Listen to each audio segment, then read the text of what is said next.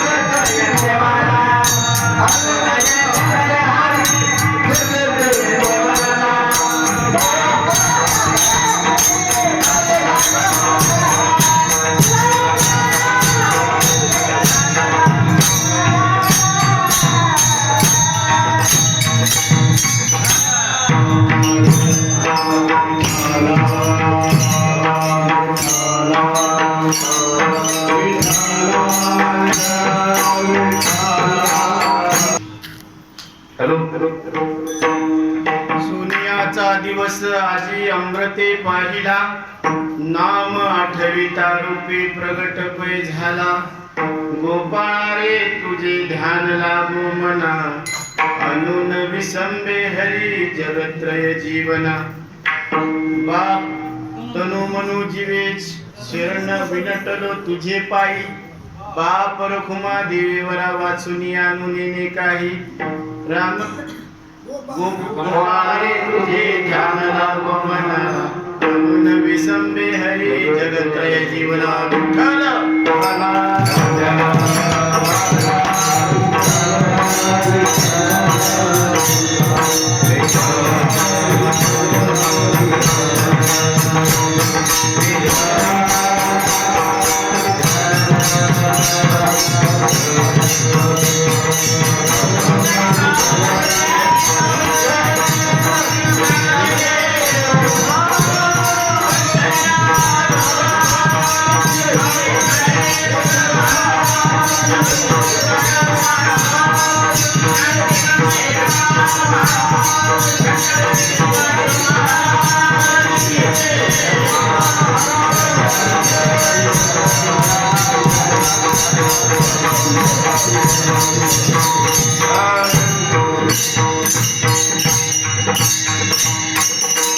सोनियाचा दिवस आजी अमृते पाहिला, नाम आठविता रूपी प्रगट पै झाला.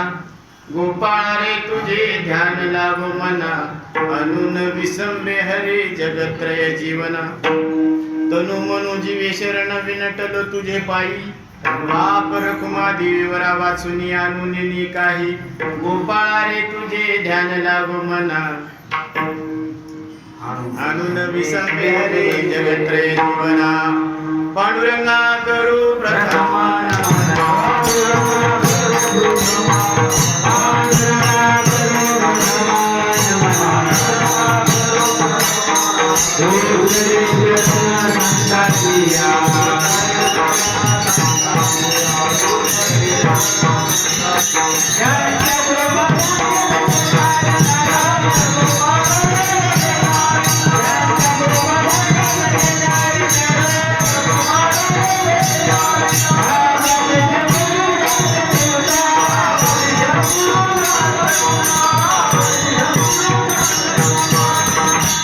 ओम नमो ज्ञानेश्वराय.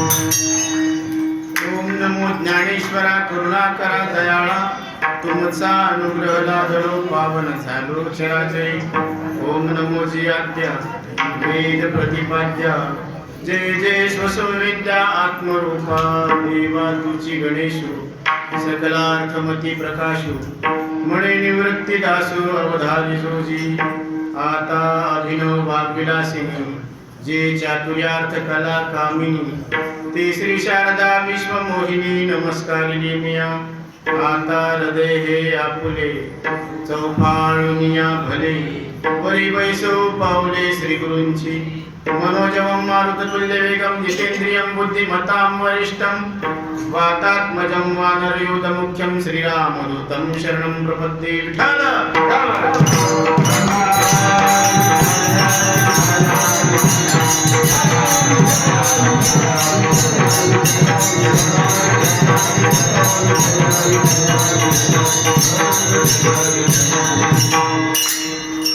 आज श्री क्षेत्र गायत्री नगर तालुका सेलू जिल्हा परभणी महाराष्ट्र या ठिकाणी अखंड हरिनाम चिंतन सप्ताह चालू आहे. आमचे आदरणीय गुरु बाबाजी यांच्या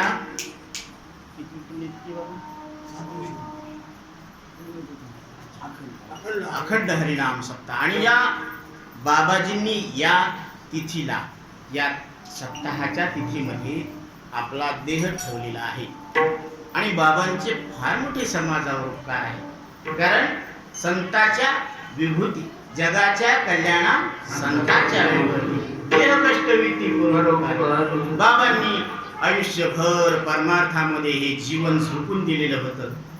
आम्ही पाहतो त्यांना बाबाजी नवनाथ घ्यायचे पांडव प्रताप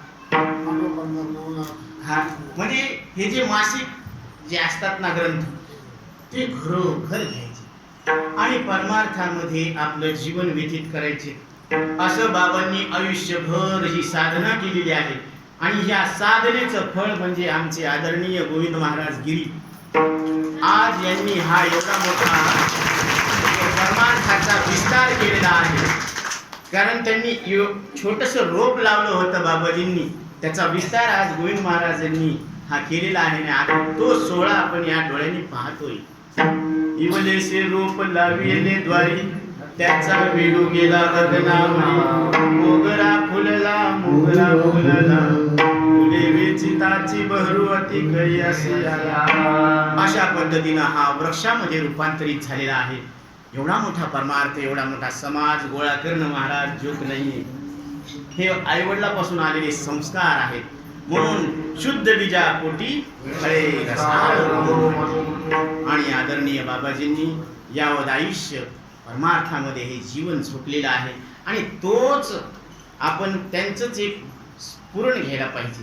त्यांची दिशा त्यांनी दाखवलेला मार्ग आणि त्या मार्गावर चालण्याची प्रेरणा घेऊन आपणही परमार्थामध्ये अग्रेसर व्हायला पाहिजे, वाटचाल करायला पाहिजे. कारण साधू संतांचं जे आगमन झालेलं आहे या संसारामध्ये तर हे जगाचं कल्याण करण्यासाठी आलेलं आहे. साधू संतही जगामध्ये आलेले आहेत आणि आपण सुद्धा जगामध्ये आलेलो आहोत. जसं डॉक्टर सुद्धा दवाखान्यात आलेला आहे आणि रोगी सुद्धा दवाखान्यात आले. दोघं आले का नाही?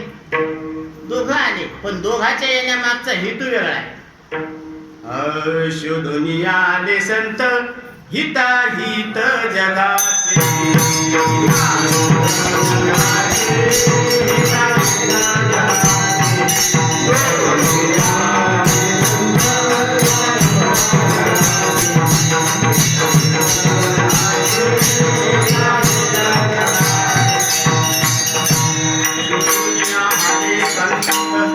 हिताहित जगाचे. जगाचं हित कशात आहे, जीवाचं हित कशात आहे हे हित पाहून साधू संत या पृथ्वी तलावर अवतीर्ण जगाच्या कल्याण संताच्या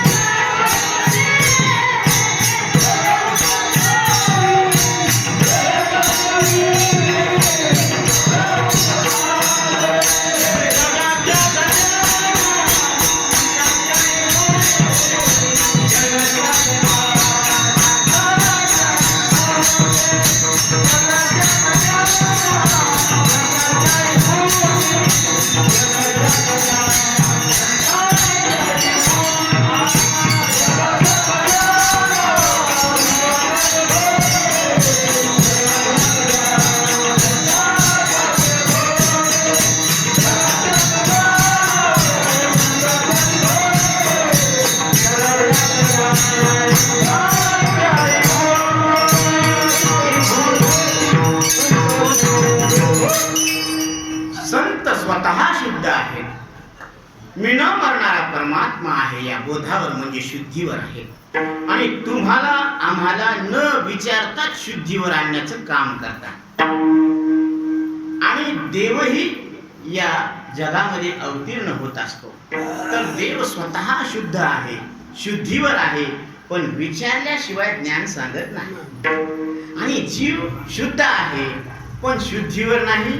आणि तुम्हाला आम्हाला एकमेकाला शुद्धीवर आणण्याचा प्रश्नच नाही, कारण यानंच घेतलेली हे नीट घरी जाईल का?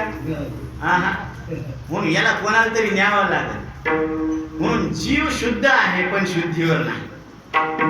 देव शुद्ध आहे, शुद्धीवर आहे, पण विचारल्याशिवाय शुद्धीवर आणत नाही, म्हणजे ज्ञान सांगत नाही. आणि साधू संत शुद्ध आहेत, शुद्धीवर आहेत, आणि तुम्हाला आम्हाला न विचारताच शुद्धीवर आणतात. म्हणून ऐसी कळवळ्याची जाती घरी लाभावी अशी जात आहे साधू संतांची. कळवळ्याची जात आहे की काहीच लाभ नसताना ते आपल्यावर प्रेम करतात. म्हणून आज सोन्याचा दिवस आहे आपल्यासाठी.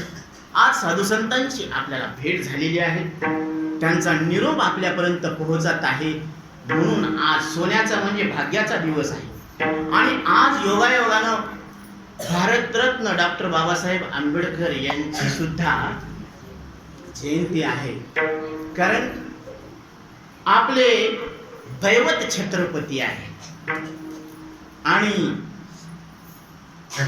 आपली जी घटनापती आहे ते भारतरत्न डॉक्टर बाबासाहेब आंबेडकर. आणि कमलापती आहे तो आमचा विठ्ठल आहे. मग आम्हाला कशाची भीती आहे?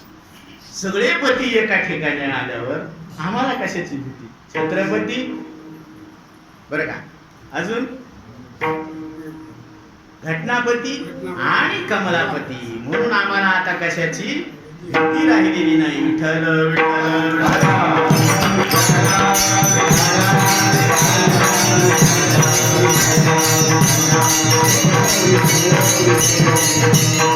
त्यांच्या जीवनातला एक प्रसंग आठवलेला आहे म्हणून सांगतो की ज्यावेळेस त्यांना पूर्ण शिक्षण झालं आणि ते घरी आले परदेशाहून, डिग्री घेतली, आणि रमाई सांगतात की आता आपलं सुद्धा एक हक्काचं घर असेल, आपल्याला अंगावर घालायला कपडे भेटतील, आपल्या लेकरा बाळाला खायला प्यायला भेटेल, त्याला चांगलं शिक्षण भेटेल, आणि आपला संसार सुखाचा होईल, आनंदाचा होईल. त्यावेळेस डॉक्टर बाबासाहेब आंबेडकरांनी सांगितलं, रमा तुझं एवढं स्वप्न आहे, अरे जोपर्यंत या रस्त्यावरच्या दिव्याखाली अभ्यास करणारे, जे उघड्यावर अभ्यास करणारी जी लेकरं आहेत त्यांना मी शिक्षण देणार नाही, त्यांना हक्काचं घर देणार नाही, त्यांना अंगावर घालायला कपडे देणार नाही, त्यांना खायची प्यायची व्यवस्था करणार नाही, तोपर्यंत माझं स्वप्न पूर्ण होणार नाही. आणि म्हणून तो युगपुरुष महानायक यांनी भारताची राज्यघटना लिहिलेली आहे. की ज्या पुस्तकामध्ये असे कोणते पुस्तक होते की त्या पुस्तकामध्ये लिहिलेले की आम्ही पाण्याला शिवायचं नाही, आम्ही शिवल्यावर पाणी अशुद्ध होतं, ही त्यावेळेसची स्पर्श अस्पर्शाचा जो भेद होता ना तो त्यांनी दुरुस्त केला. ते म्हणले की आता इथं कोणालाच भेदभाव करायचा नाही, मी असं पुस्तक लिहीन की सगळ्यांना बरोबरीचा हक्क मिळणार. आणि आज तो स्वर्णिम दिवस आहे. याच दिवशी भारताची राज्यघटना लिहिल्या गेली. आज तो महामानव या धर्तीवर जन्मलेला आहे. म्हणून त्यांचं एक वाक्य आहे पहा, ना रोटी ना कपडा न पाव पाहिजे, तुझ्या रक्तामधला भीमराव पाहिजे. काय मागणी?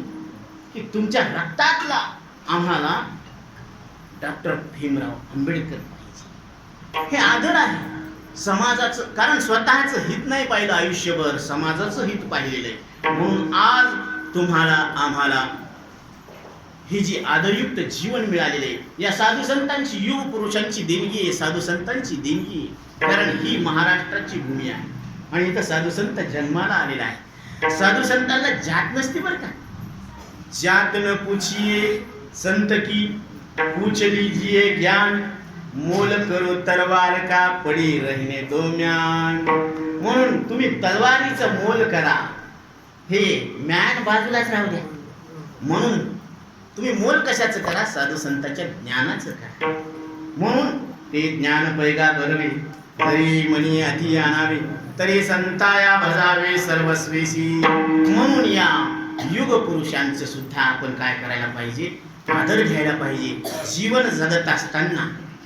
म्हणून साधू संतांनी सांगितलेले शिकवण सुद्धा ध्यानात घ्यायला पाहिजे. म्हणून आपला मुद्दा चालू होता की डॉक्टरही आलेले आहे.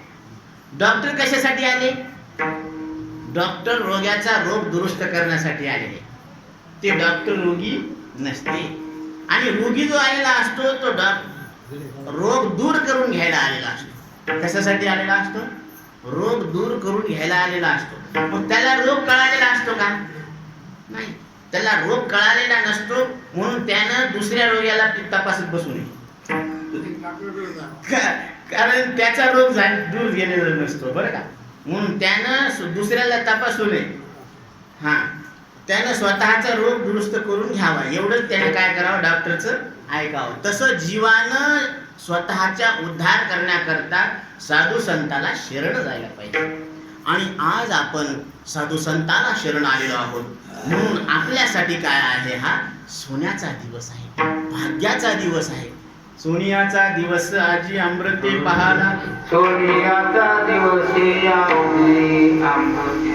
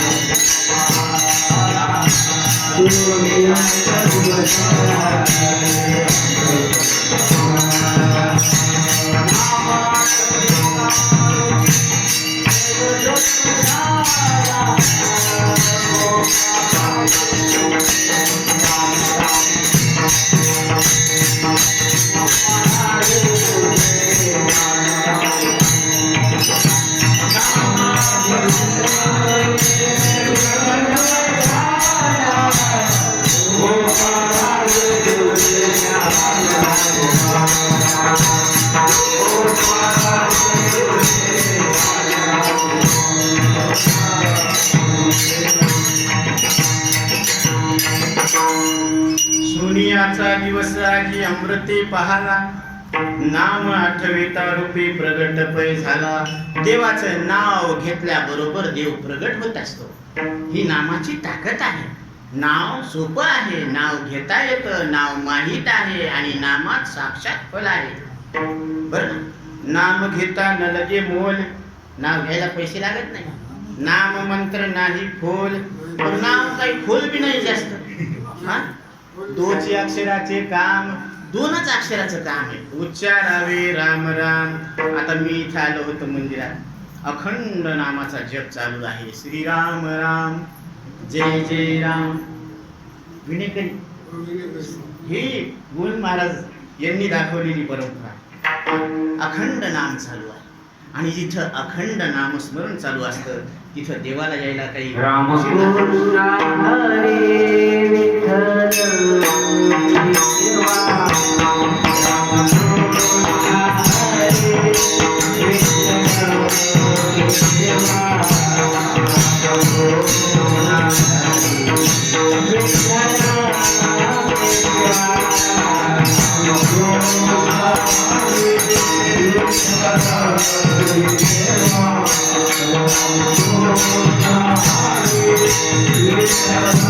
Jai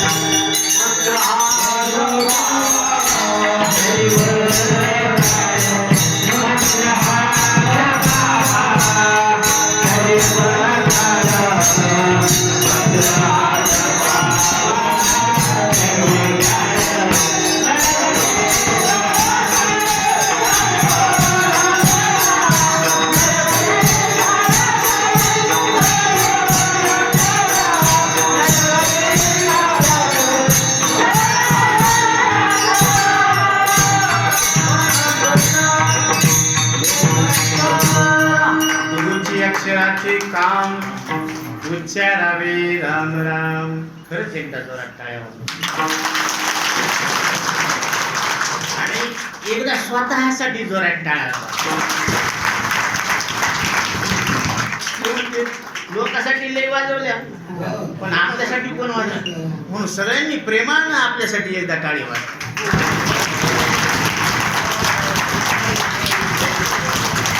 कारण आपण आपला आदर केला पाहिजे. आपण किती महत्वाचे आहोत, आपली किंमत साधू संतांना कळालेली आहे, आपल्याला नाही कळाली. म्हणून माऊली सांगतात, प्रभू तुम्ही महेशाच्या मूर्ती, मी दुबळा अर्चित तसे भक्ती, बोल जरी गंगावती तरी स्वीकारा लगी. माऊली सांगतात, तुम्ही इथे जे बसलेले आहेत ना श्रुती, हे वृद्ध नाही, हे बालक नाही, हे स्त्री नाही, हे पुरुष नाही, बरं का.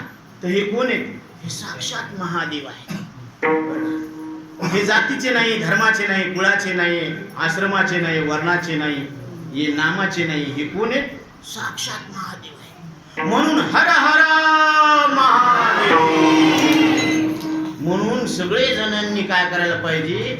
देवाचं नाव घ्यायला पाहिजे. तुम्ही देव आहे. भक्ती प्रेम विना ज्ञान तुझे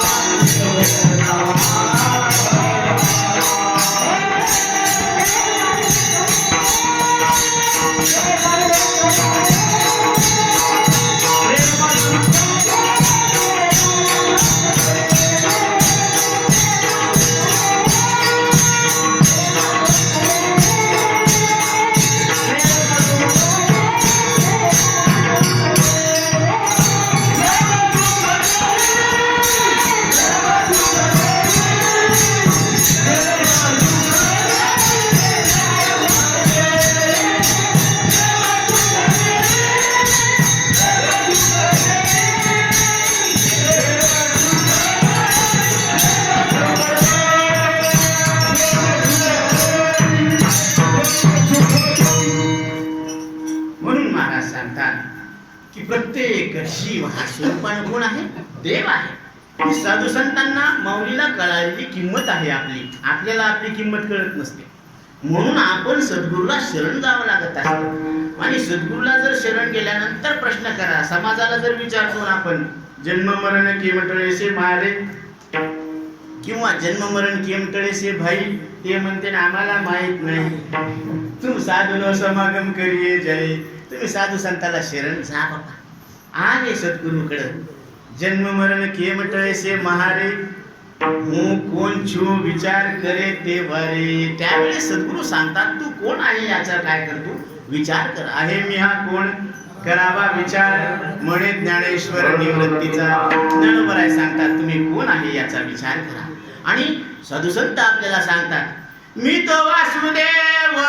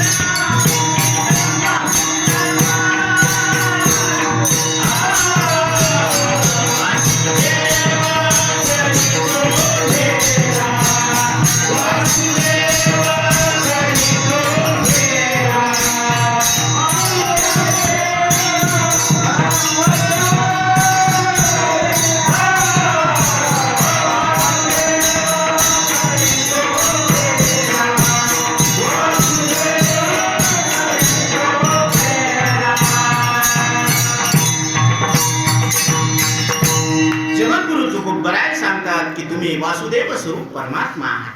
पटतं का आपल्याला? पटतं का की तुम्ही वासुदेव स्वरूप परमात्मा आहेत, तुम्ही देव आहेत, असं तुम्हाला पटतं का? नाही बाप्पा, आपण कशाचे देव? हो ना, हो, आपण साधे सुधे गरीब माणसं. तुम्हाला पटतं का तुम्ही देव आहेत म्हणून? बरं, खरं आहे का नाही? जगद्गुरु तुकोबराय सांगायला. बरं, जगद्गुरु तुकोबराय कधी खोटं बोलणार नाही याची गॅरंटी आपण, आणि आपण कधी खरं बोलणार नाही याची बी गॅरंटी आपण. आपण कधी खरं बोलतो का? नाही ना, कारण आपण नेहमी खोटं बोलत असतो. म्हणून आपल्याला माहिती आहे की ज्याचं त्याचं मन प्रत्यक्ष आहे की आपण किती खरं बोलतो, बरं का? म्हणून महाराज सांगतात की तुम्ही देव आहात. जीव अवघे देव खोटा नागवी संदेह. प्रत्येक जीव हा स्वरूपानं परमात्मा आहे आणि त्याला मी परमात्मा आहे असं कळून घेण्याचा संपूर्ण अधिकार स्वतः नारायणानं प्रदान केलेला आहे. पहा, भारतीय राज्यघटनेनं वय वर्ष 21 झालेल्या मुलाला आणि वय वर्ष 18 झालेल्या मुलीला कायद्यानं लग्न करण्याचा अधिकार दिलेला आहे. बरोबर बोलत जा बरं का? कायद्यानं हा अधिकार दिलेला आहे, बरोबर आहे ना? तसं ज्याला डोळा आहे तो रूप पाहण्याचा अधिकारी, ज्याला कान आहे तो शब्द ऐकण्याचा अधिकारी आहे. तसं ज्याला मनुष्य देह मिळालेला आहे तो मी न मरणारा परमात्मा आहे असं कळून घेण्याचा अधिकारी आहे. नर देह दुर्लभ जाणार तुम्ही वासुदेव वासुदेव म्हणा.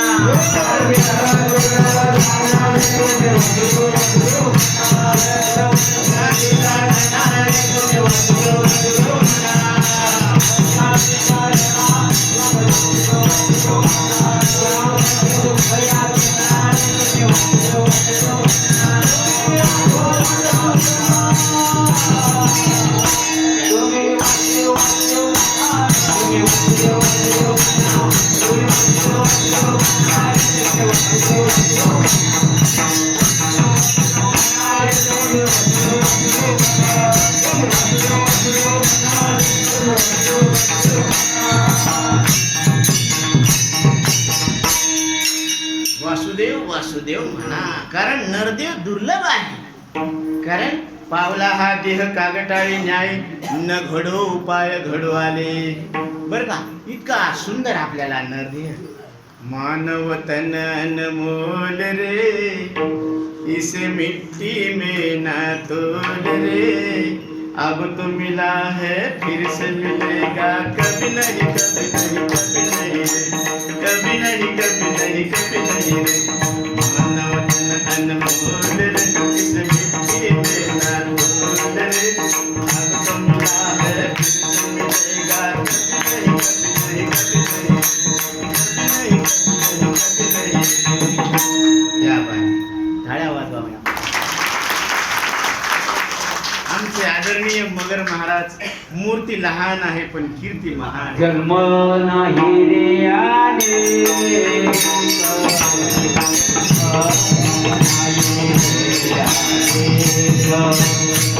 जन्म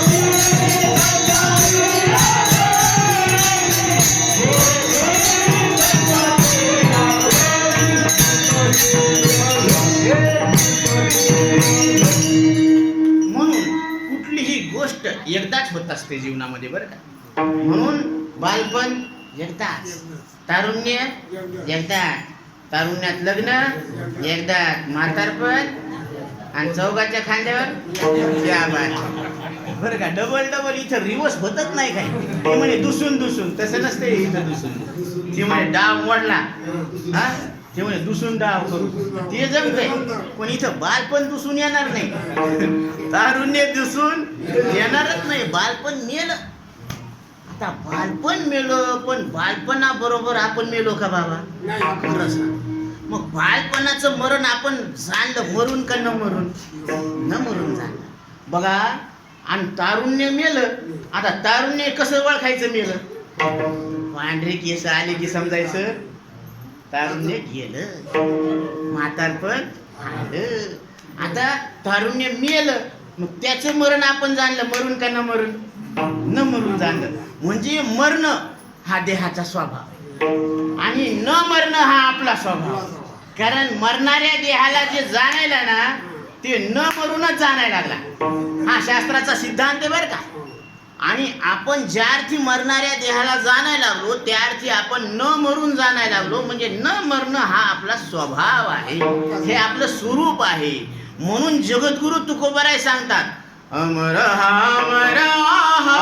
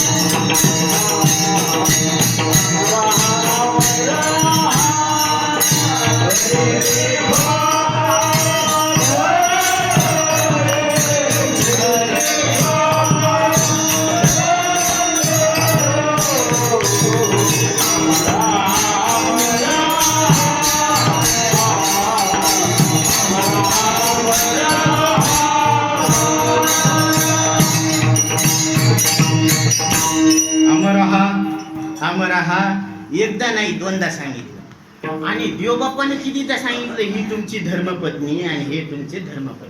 कितीदा सांगितलं? नाही, एकदा सांगितलं ना हो. आणि किती पक्क ध्यानात ठेवलं.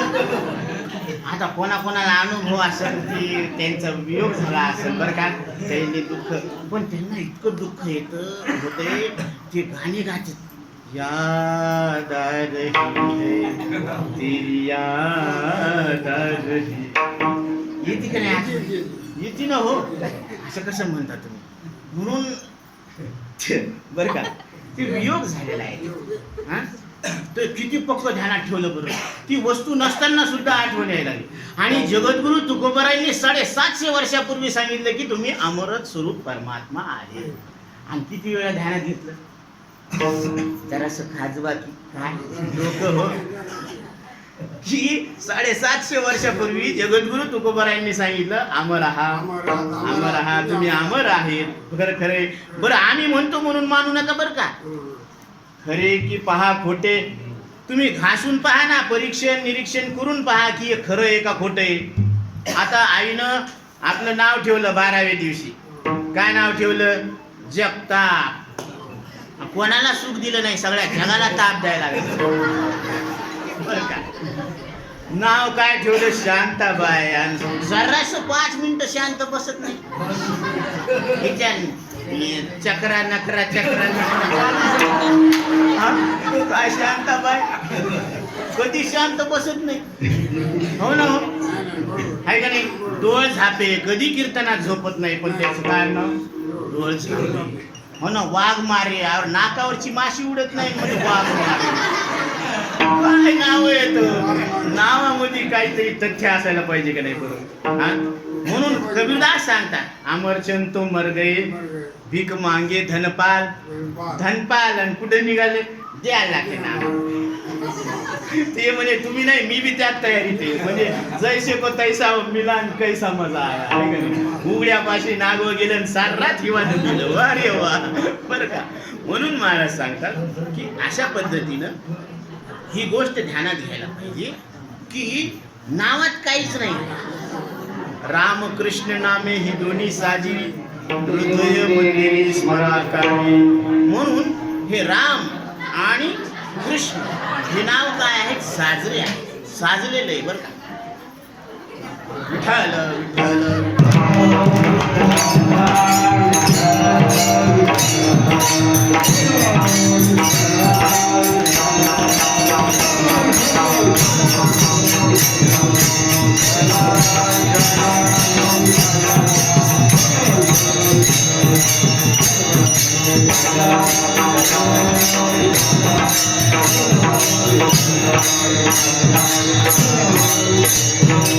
रामकृष्ण नामे ही दोन्ही साजी, हृदय मंदिरी स्मराकारी.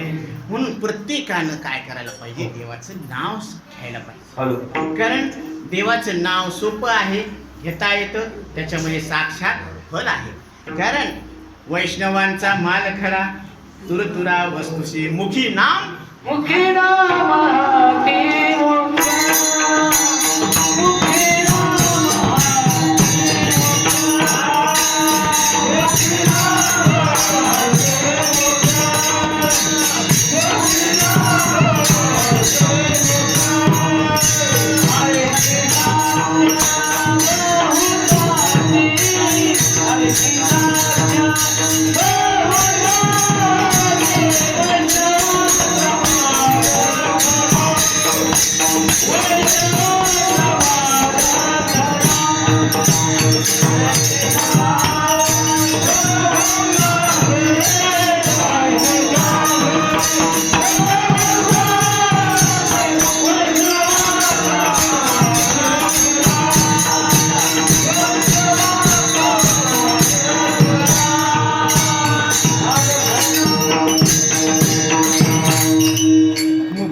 हाती मोक्ष, ऐशी साक्ष बहुतांची.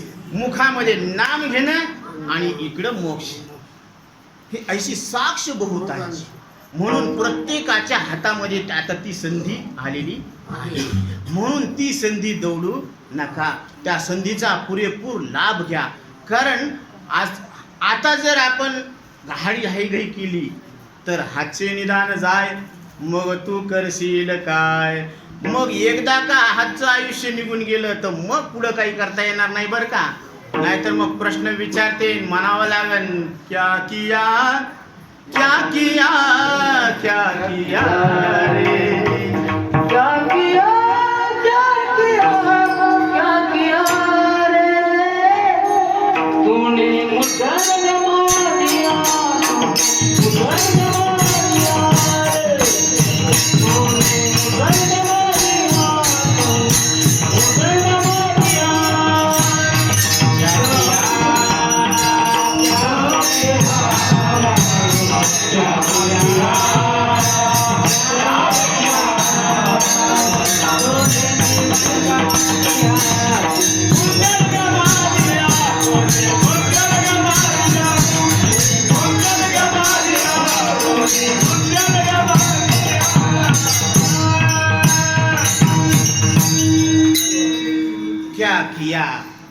क्या किया तूने जीवन गमा दिया, जिसे पाना था उसको ही खो दिया रे, जिसका पाना था उसको ही खो दिया. जे मिळवायचं होतं बरं का, नित्य प्राप्ताची प्राप्ती आणि नित्य निवृत्तीची निवृत्ती, म्हणजे परमानंदाची प्राप्ती, आणि ते तर तुमचं सुखच आहे. कारण प्रत्येकाला झोपेमध्ये उठल्यावर तुम्ही स्वतःचा अनुभव सांगता, मी सुखानं झोपलो होतो, काही जाणत नव्हतं. बरोबर आहे नाही? आपल्या आवडत्या वस्तूची शपथ घेऊन सांगा, तुम्ही असं सांगता का नाही की मी सुखानं झोपलो होतो, काही जाणत नव्हतं. बरोबर आहे ना? हे कोणाचाही अनुभव आहे बरं का, हे असं काही नाही याला. म्हणून तुम्ही सांगता मी सुखानं झोपलो होतो, काही जाणत नव्हतो, याचा अर्थ असा आहे की सुख आणि तुम्ही दोन नाही, सुख आणि तुम्ही दोन नाही, एकच आहे. आणि तुम्ही आणि शरीर दोन येत. तुम्ही आणि शरीर, तुम्ही आणि डोळे, डोळे किती येतात आणि तुम्ही किती येत, दात किती येत, क्या बात आहे, लेकरं किती हुशार आहे. आणि तुम्ही किती येत, पाया किती येत, तुम्ही किती येत, क्या बात आहे, सगळेच हुशार केलेला महाराज तुम्ही, हो ना हो. म्हणून तुम्ही एक आहात आणि झोपेमध्ये तुम्हाला अनुभव आहे, तुम्ही एक आहे, तुम्हाला आनंदाचा अनुभव आहे. बरं, हा आनंद मिळालेल्या पैशापासून विकत घेतला होता का? नाही. हे तुम्ही प्रयत्नानं मिळवला का? आणि सहजच आहे ना, सहज झोप लागत येईल, सहजच तुम्ही सांगतात की मी सुखानं झोपलो होतो.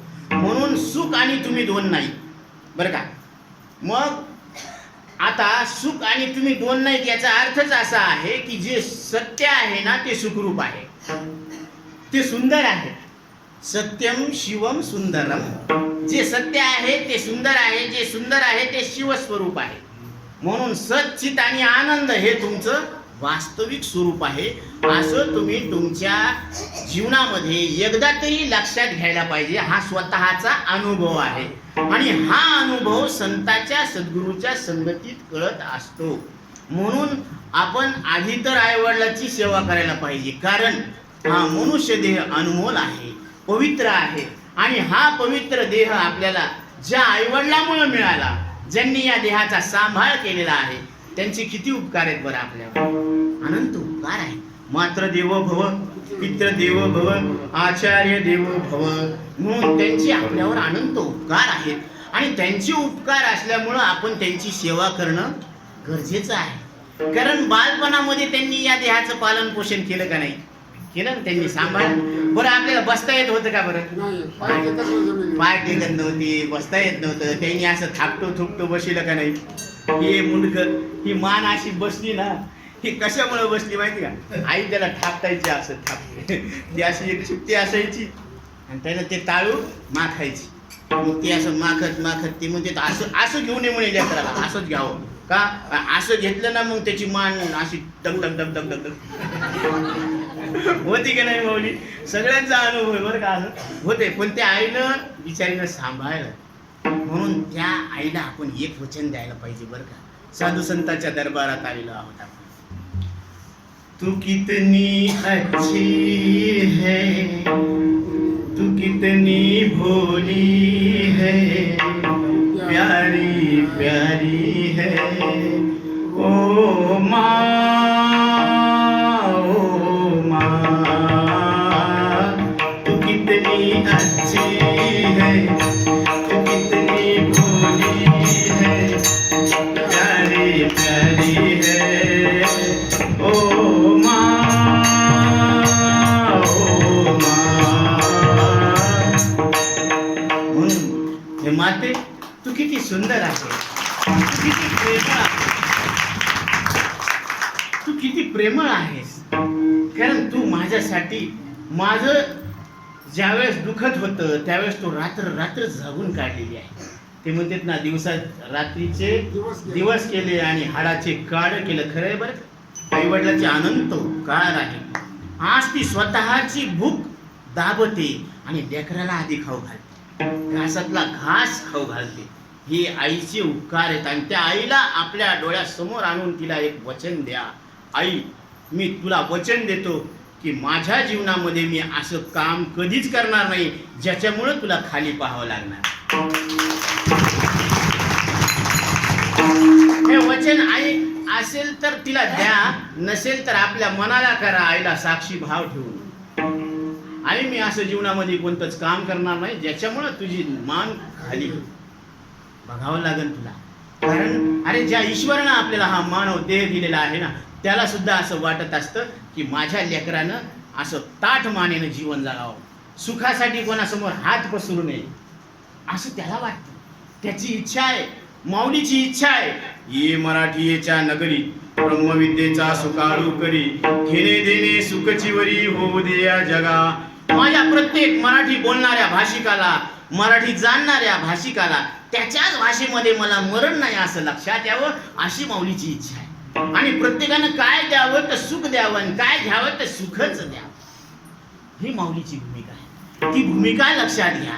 म्हणून ज्यावेळेस आपण ज्ञानेश्वरी वाचतो, या कीर्तनात आपल्याला काही नाही कळालं तरी चालेल, पण एक गोष्ट ध्यानात ठेवा की ज्यावेळेस आपण माऊलीची ज्ञानेश्वरी वाचतो ना, तर त्यांनी एक उद्गार सांगितलेला आहे, ते ध्यानात ठेवा. मज ही शरण रिगीजे, म्हणजे आपण त्या देवाला शरण गेलो. मज ही शरण रिगीजे आणि जीवित्वे चिवरीजे, आणि आपल्या ठिकाणी जीवपणा तसाच राहिला. दिग बोली या नल जे प्रज्ञा केवी, असं बोलायला तुझ्या बुद्धीला लाज कशी वाटत नाही अर्जुना? अरे तू मला शरण आला आणि मला शरण आल्यानंतर तुझ्या ठिकाणी जीवपणा तसाच राहिला, असं बोलायला तुला लाज वाटायला पाहिजे. कारण देवाच्या संगतीत राहिल्यावर देवच होत असतो. ती इकडं कसे लागले? ती म्हणे पोरग तसं नव्हतं हो, लईच घ्यायला लागलं. हो ना, पहिले नुसतं बोलायचा, लांबून लांबून चालायचं, मग नंतर लई थोडस बोलणं झालं आणि मग मैत्री झाली. ते म्हणे चल ना, तुला चालायला काय राहिलं? ठीक आहे चल तिथपर्यंत चल. म्हणजे आता आला बाहेर तर बस ना थोडस. बसला, आता बस म्हणलं थोडस, आता 2 पॅक कप वाढतो ना म्हणे. ते म्हणे ठीक आहे म्हणे, घेऊ नको पण कप तर ठेवू दे म्हणे. कप ठेवला, आता त्याच्यात ओतू तर दे ना. पण आता सगळं झालं ना, वाढलं ना, आता 1 पॅक घ्यायला काय हरकत? रामकृष्ण आहे. जाम पर जाम पिएगा रात गुजर जाएगी, सुबह उतर जाएगी. राम नाम की प्यालिया पिएगा तेरी जिंदगी सुधर जाएगी. मना श्री राम जय राम, जय जय राम. मना श्री राम जय राम, जय जय राम. मना श्री राम जय राम, जय जय राम.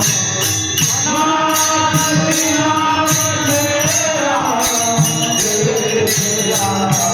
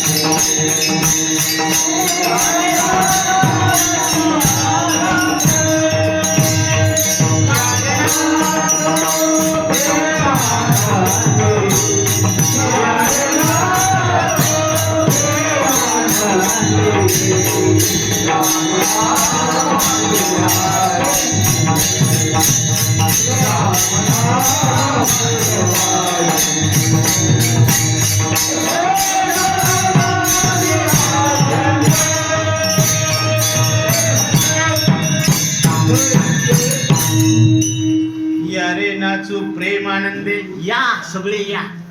कारण नावाला वयाची मर्यादा नसते बरं का. आता शाळेत जायला वयाची मर्यादा, लग्न करायला वयाची मर्यादा. कारण कव्हा बी कुणी बी कशी पोरगी देईन हो ना. आता इथं नाही तर न्यायचा नंबर लागेल बरं का. आणि म्हातारपणामध्ये लग्न करायची इच्छा झाली. बरं व्हावं काय इच्छा आता प्रकृती काय करता. आता पण इच्छा झाली पण देईन कोण. आत पोकळ बाहेर पोकळ डोंबाराचा गोळू म्हातारपणी नवरा गेला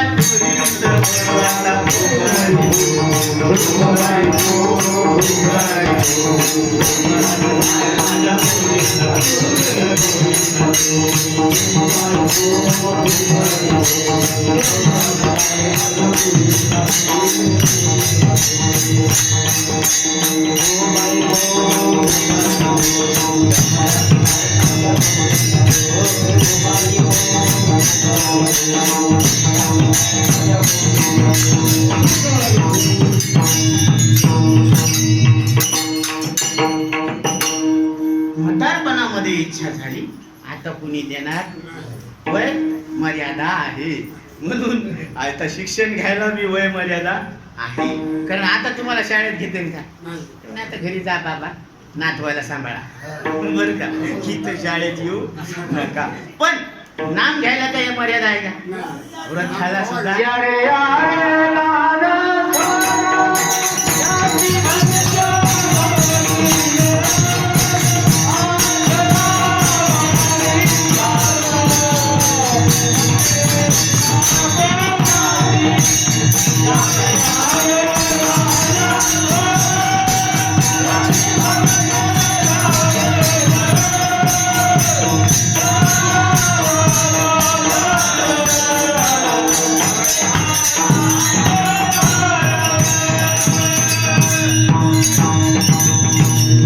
नाम घोष करो हरि कथा.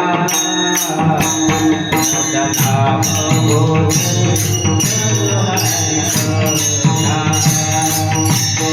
नाम घोष करो हरि कथा. नाम घोष करो हरि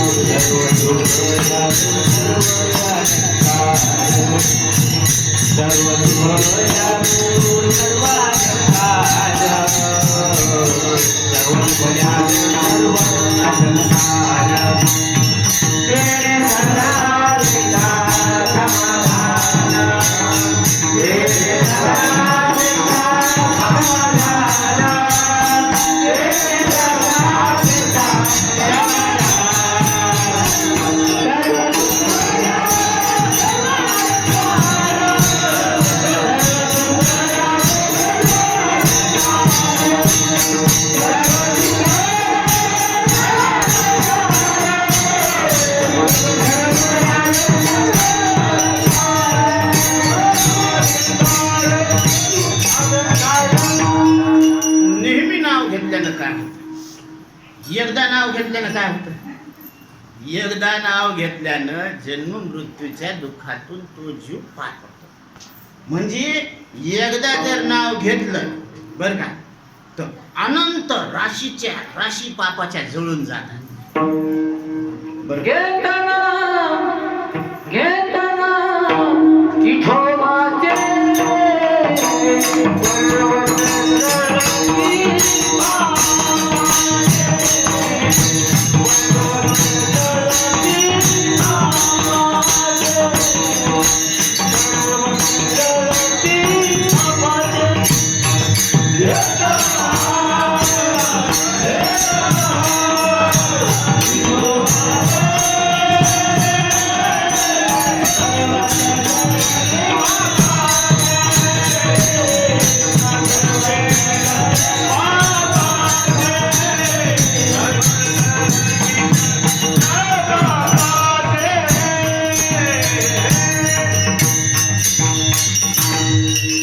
विठ्ठलाचं नाव घेतलं तर पर्वताचे पर्वत पापाचे जळून जातात आणि जर सदा नाम घेतलं तर मग तर पहाय प्रश्नच नाही ना हो, पापच नाही ना, म्हणून पापच राहत नाही. म्हणून विठ्ठल नाम ही दुधारी तलवार आहे. कशी आहे? दुधारी तलवार. विठ्ठल म्हणतात हरले पाप पदरी आले पुण्यमाप. पदरामध्ये पुण्याचं माप पडत असतं. आणि अजून फायदा सांगू, विठ्ठल नामस्मरण केल्यानं मेमरी पॉवर वाढत असते, मेमरी बुद्धिमत्ता वाढत असते. आणि म्हणजे अजून त्याला काय म्हणते की इच्छाशक्ती, व्हील पॉवर वाढत असते. व्हील पॉवर, इच्छाशक्ती म्हणजे निगेटिव्ह थिंकिंग निघून जाते आणि पॉझिटिव्ह सकारात्मक ऊर्जा तिथं प्रदान होत असते, येत असते आपल्या ठिकाणी, बरं का. म्हणून हा दुसरा फायदा. तिसरा फायदा रोग प्रतिकारक क्षमता म्हणजे कॅपॅसिटी. रोग प्रतिकार करण्याची शरीरामध्ये एक क्षमता येत असते. आणि चौथी गोष्ट म्हणजे त्याच्यामध्ये म्हणजे दुःख सहन करण्याची ताकद येत असते.